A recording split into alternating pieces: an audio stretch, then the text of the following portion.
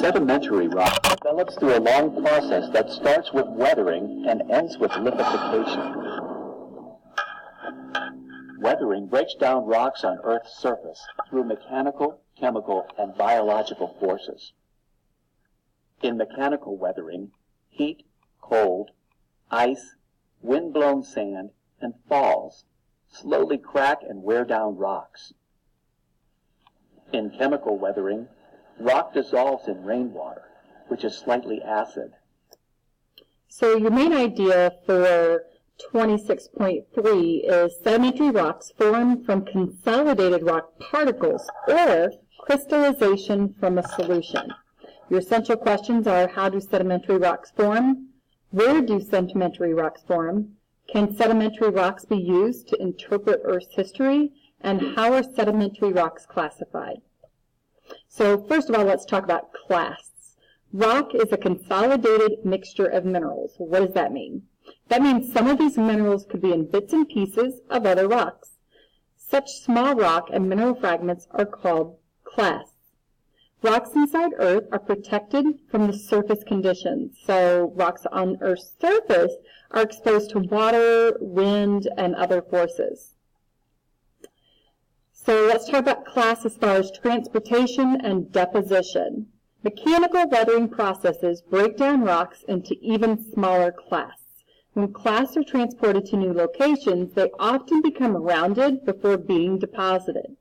When clasts are loose on Earth's surface, they don't fit together perfectly. The empty space in between the grain is called a pore space. In biological weathering, plant roots both crack and dissolve rocks. Weathering occurs slowly, but old gravestones in cemeteries show what can happen to exposed rock.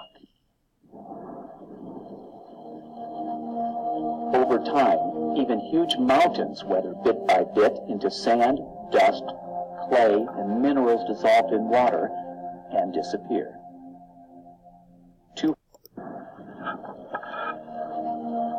Over time, even huge mountains weather bit by bit into sand, dust, clay, and minerals dissolved in water and disappear. 200 million years ago, the Appalachian Mountains were several times their present height.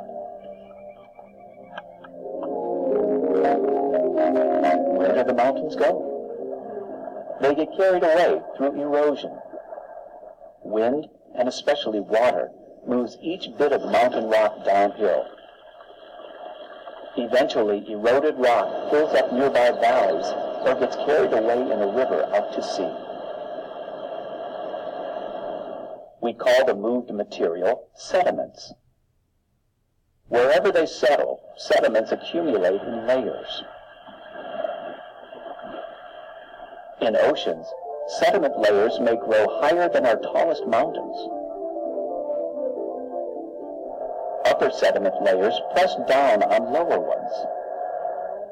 This helps lithification, the process that turns sediments into stone. Sometimes layers get squeezed so hard, sediment grains get shoved into one another and lock into place. Other times, water evaporates from a layer and leaves behind minerals that glue together the tightly packed grains. Either way, what was once sand, mud, or gravel becomes sedimentary rock. Depending on how it formed, sedimentary rock may be quite hard, or rather weak and crumbly. Sedimentary rock may not stay forever where it's settled. Strong forces within Earth sometimes push up rock from the bottom of a valley or an ocean into spectacular peaks and long mountain chains. Once sedimentary rock, or any other kind of rock, gets uplifted, it undergoes another cycle of weathering.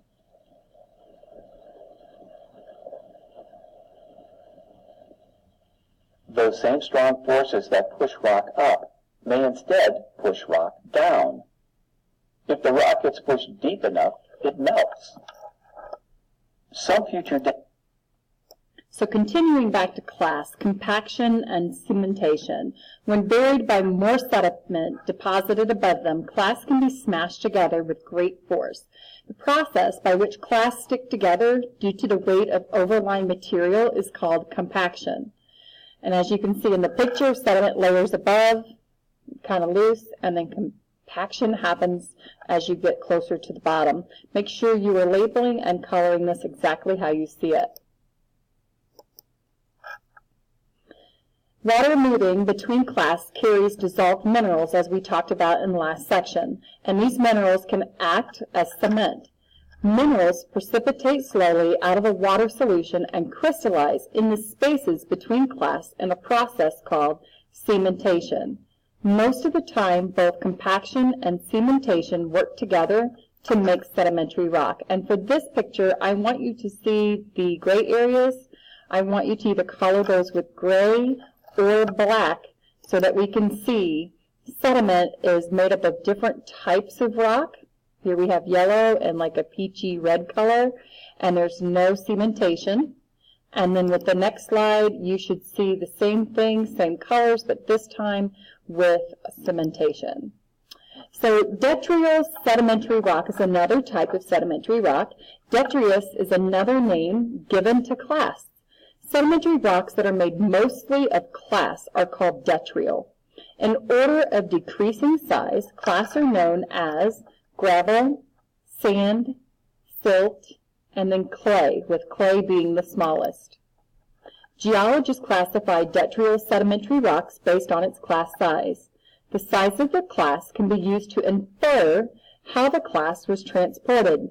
It takes more force or energy to lift or move gravel than it does to lift or move sand. Detrital sedimentary rock composition depends on the types of weathered rock material that is transported and eventually deposited. Some minerals tend to be more abundant in detrital sediments because they are harder or more resistant to being dissolved. Geologists can use composition as a clue to how a detrital sedimentary rock is formed. The general rock name is determined by the class size. The class size also produces clues to help determine the depositional environment of the sediment that formed the detrital.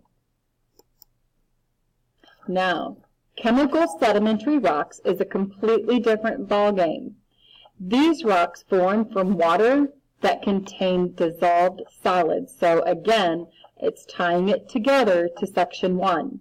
If you forgot this part, go back and take a look at the other video. If water receives more dissolved minerals than it can hold in a solution, then the excess solid precipitates as mineral crystals. Mineral crystals also precipitate out of a solution through evaporation. This leaves an oversupply of dissolved matter and again crystals. Biochemical sedimentary rocks is yet another type of sedimentary rock. It contains the remains of living organisms. They are called biochemical sedimentary rocks. Bio for life, chemical as we've already discussed. Limestone is composed partly of the remains of marine organisms that have hard parts that were made of calcium carbonate, for example, shells.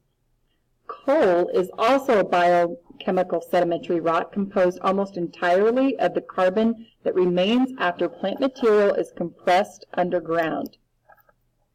Coal goes through a series of changes as it forms from peat, a brown lightweight deposit of moss, and other plant matter.